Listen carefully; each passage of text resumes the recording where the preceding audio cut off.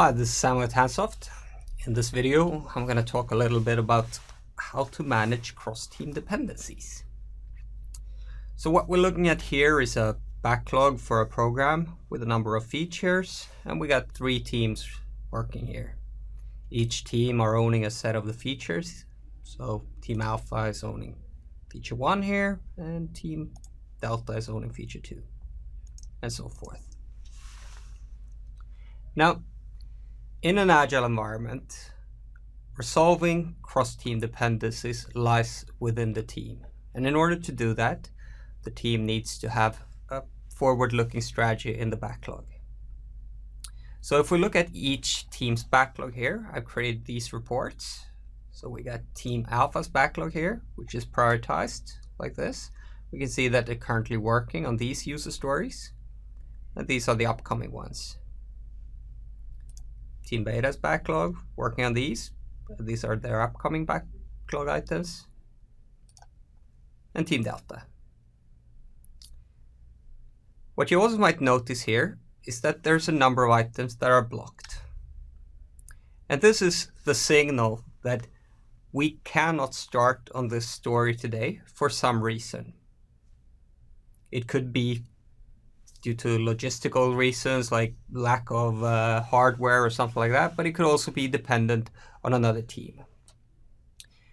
We would not use this blocked status to signal internal dependencies within the team. So for example here, if Team Delta can't start this one because they haven't completed this story, it should be managed through prioritization. And in this case, that is true, so it's not a problem. But for example, if they can't start this one before this is completed, well, then they should just prioritize this one above the other one.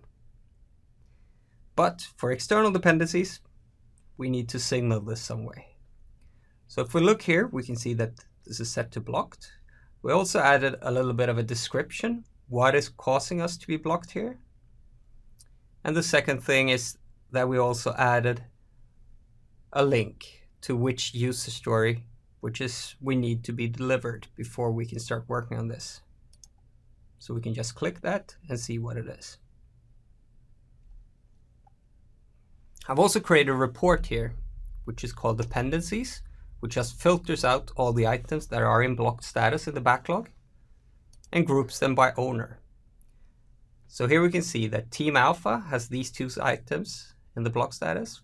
Team Beta's only got 1, and Team Delta as well.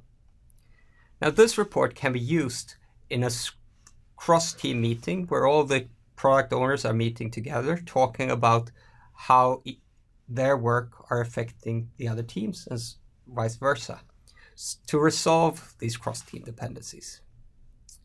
And if we look here, for example, we got Team Alpha has a very high priority item, which is currently blocked.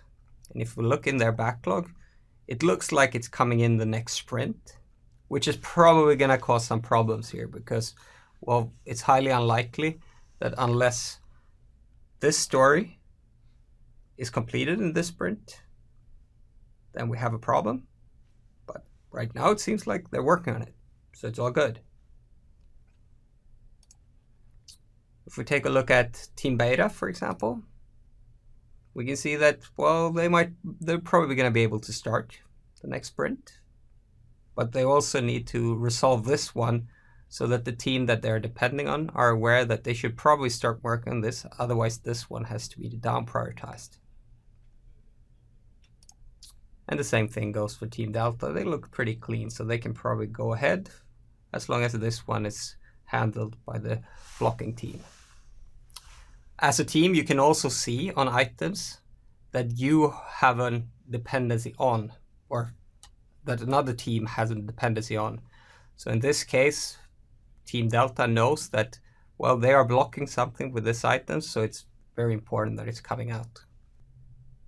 So what I wanted to highlight with this is that dependencies management in the backlog in an agile environment is not about painting the chain of dependencies. It's about having a forward-looking strategy on a team level to know what's coming up, not only in this sprint and the next sprint, but also probably a couple of sprints ahead, so that you can make other teams aware of what dependencies you have on them.